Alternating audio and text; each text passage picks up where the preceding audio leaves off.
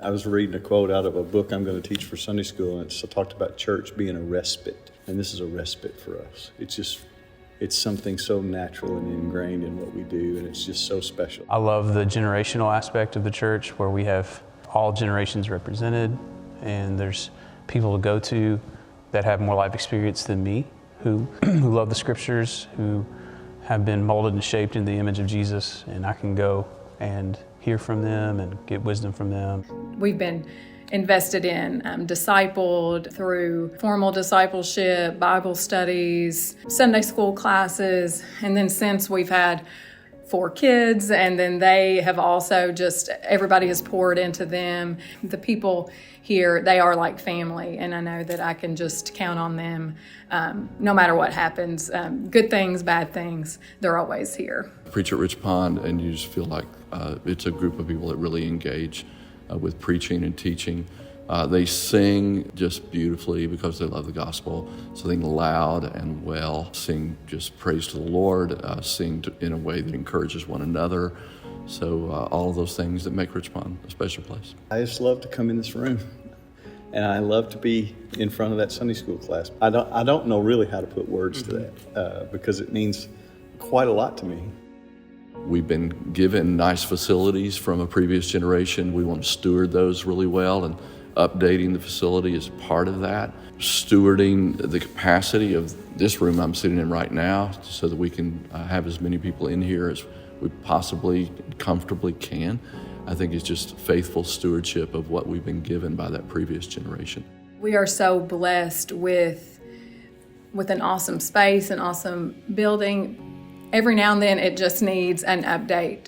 And we are just in this unique situation where the community around us, where we used to be just fields and rural, but now people are just flooding into this area. Homes are popping up everywhere. We're surrounded by schools and children and young families, and so many of those are probably unchurched or they're new to the area and they need to find a church, and why not right here at Rich Pond, where we know the gospel is going to be taught and people are going to be loved. We would love to see our church to look like the community we live in. While we're not seeking church growth per se, what we are seeking is people who proclaim the gospel to lost people and see lost people come to know Jesus, and they're in our church. A gospel faithful church will have growth because we're proclaiming Jesus.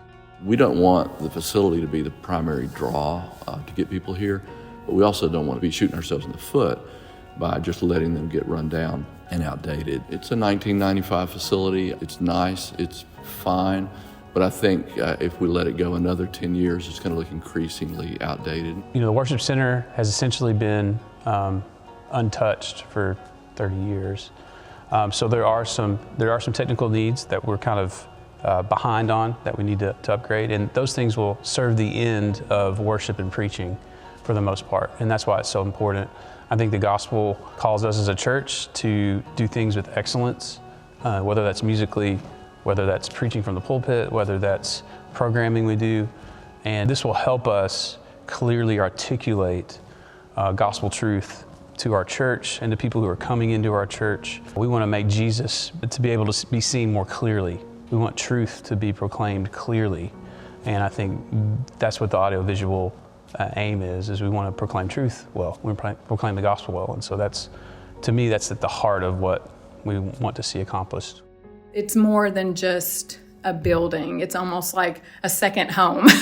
And so, you know, we do things to make our home more welcoming. We do things to update our home. So why wouldn't we do the very same thing to the church? How can I give up something that maybe is more comfortable for me, but seeing the bigger picture of just something more very temporary for something that if everybody pulls together, then what a huge difference we can make in this community. So, of course, through the power of God. Perhaps one of our biggest worshipful moments is when we're in our study at our kitchen table and we pull out the checkbook and we decide, okay, Lord, I don't own any of this. I didn't make any of this, and I'm going to give some of it back to you. I think that spirit of worship that we find in our studies, in our homes, when we allot our resources toward it, is a pure form of worship. And I hope that this is a time just of simple revival in the hearts of our people. I think it all starts with prayer. Of course, we want this to be something that the Lord ordains and that He sees through. Because if He doesn't ordain it, then it's going to fail. And so I think what we need to keep in mind, it's not our power, but His. We want to see churches planted in the area. We want to see churches revitalized.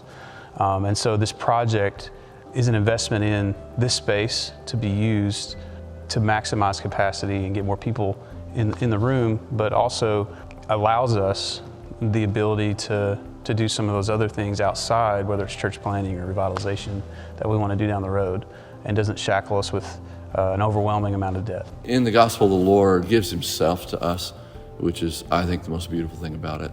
And His redemption is plentiful or abundant, and it includes the filling His people with His Spirit, both individually and corporately. And when God is really blessing in that way, amazing things happen. And that abundance is what I long for at Richmond. We're seeing that happen, but I certainly want to see it more. I think the campaign will help facilitate that.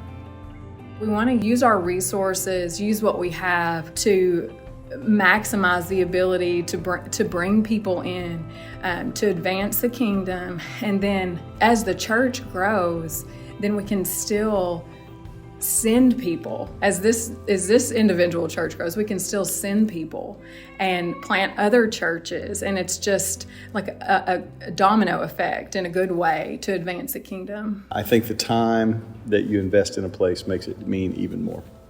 And so we've planted our lives here.